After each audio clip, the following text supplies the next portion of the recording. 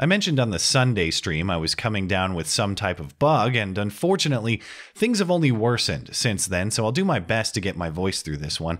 I am hopped up on cough drops, but I don't want to miss the timely opportunity to discuss this Kyle Kashuv Harvard case. I'm sure most of you are aware of the general fact pattern, but to catch you up to speed, Kyle Kashuv is the pro-Second Amendment Parkland kid.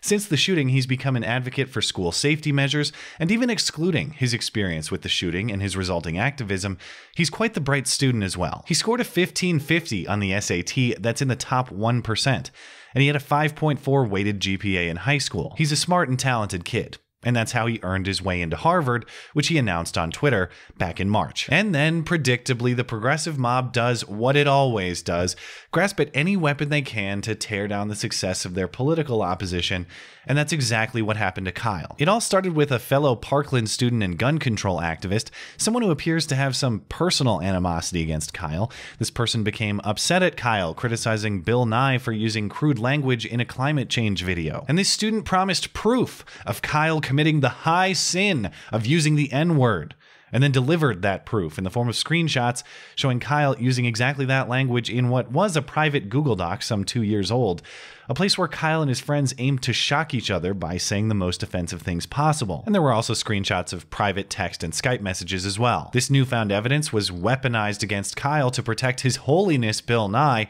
and the race to alert the smear merchants and take the pitchforks to Harvard was on. Kyle responded, acknowledging his participation in what he calls 16-year-olds making idiotic comments, using callous and inflammatory language in an effort to be as shocking as possible.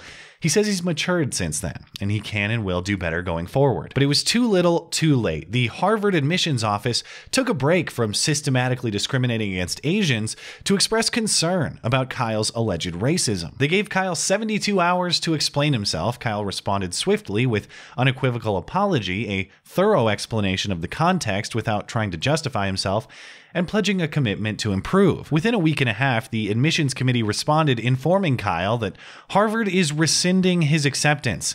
Kyle's request for an in-person meeting to discuss the matter was also rejected. And adding insult to injury, Kyle says he turned down significant scholarship offers from other schools, and the opportunity to accept other offers has passed. And so the political battle is on. Conservatives see the case as a witch hunt. Progressives see the case as an immoral racist facing accountability for his past indiscretions.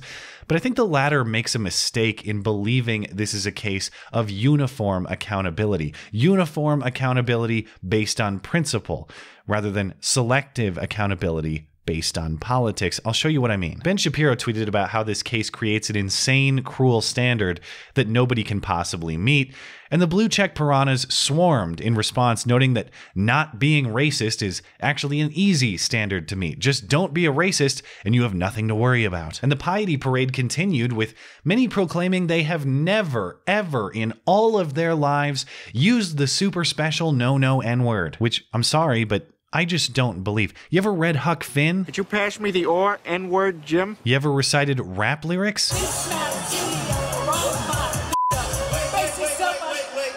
You gotta bleep one single word, though. You ever watched Donald Glover's old comedy? Your word is faggot. I'm sorry, what? Faggot. You ever participated in an actual spelling bee? Could you use it in a sentence? The Negus ruled Ethiopia until the coup of 1974. The point is, the action taken against Kyle didn't originate with principled opposition to racism, only opportunistic animosity against his politics, and there are several factors that indicate that. Consider the origin of the controversy, Kyle's participation in that shock humor Google Doc. By the original poster's own description, yes, many other participants said some equally messed up stuff. So who are those participants? And why isn't this original poster interested in outing them with the same enthusiasm? And why aren't media allies interested in ruining the post-high school prospects of those kids? If this is about racism, why is only one of them getting the tar and feathers? And if this is actually about racism, isn't the whole point to help people move away from racism, to improve and to grow and to mature? Why then are we rejecting Kyle's sincere efforts to apologize and improve himself? If we unconditionally reject his efforts to improve his behavior, Is improving his behavior what we're actually after? Or is it simply punishing our opponents with whatever weapon we can grasp in the moment? And that is the standard in this case, not any anti-racism principle. So it's easy to say, oh, well, I'm not racist, so I have nothing to worry about.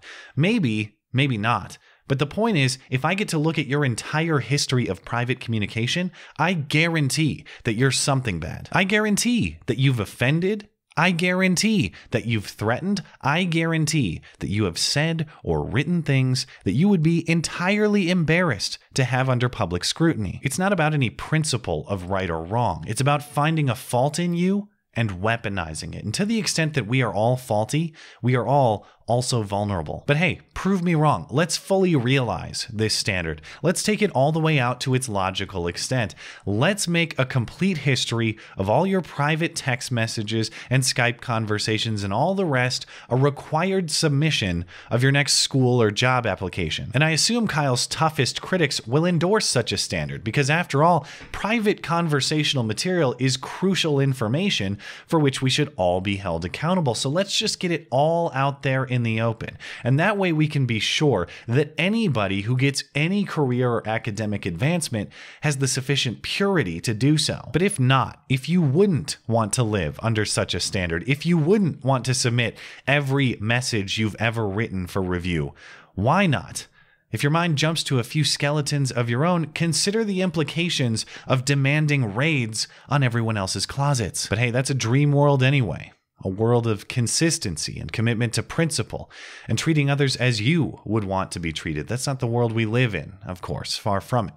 We live in a world of double standards that even history's greatest satirists couldn't write if they tried. Case in point, and speaking of skeletons, I'm sure to become one while I wait for the Harvard Admissions Committee to review the acceptance of David Hogg. They're pathetic fuckers that want to keep killing our children. They could have blood from children spattered all over their faces and they wouldn't take action, because they'll still see those dollar signs. Thanks as always for listening and for supporting this channel always. Appreciate that thoughtful discussion down below and especially over on Twitter. That is at ML Christensen. You're always welcome to coming out and chat in my live streams. Those are linked down in the description. Looking forward to it. Goodbye.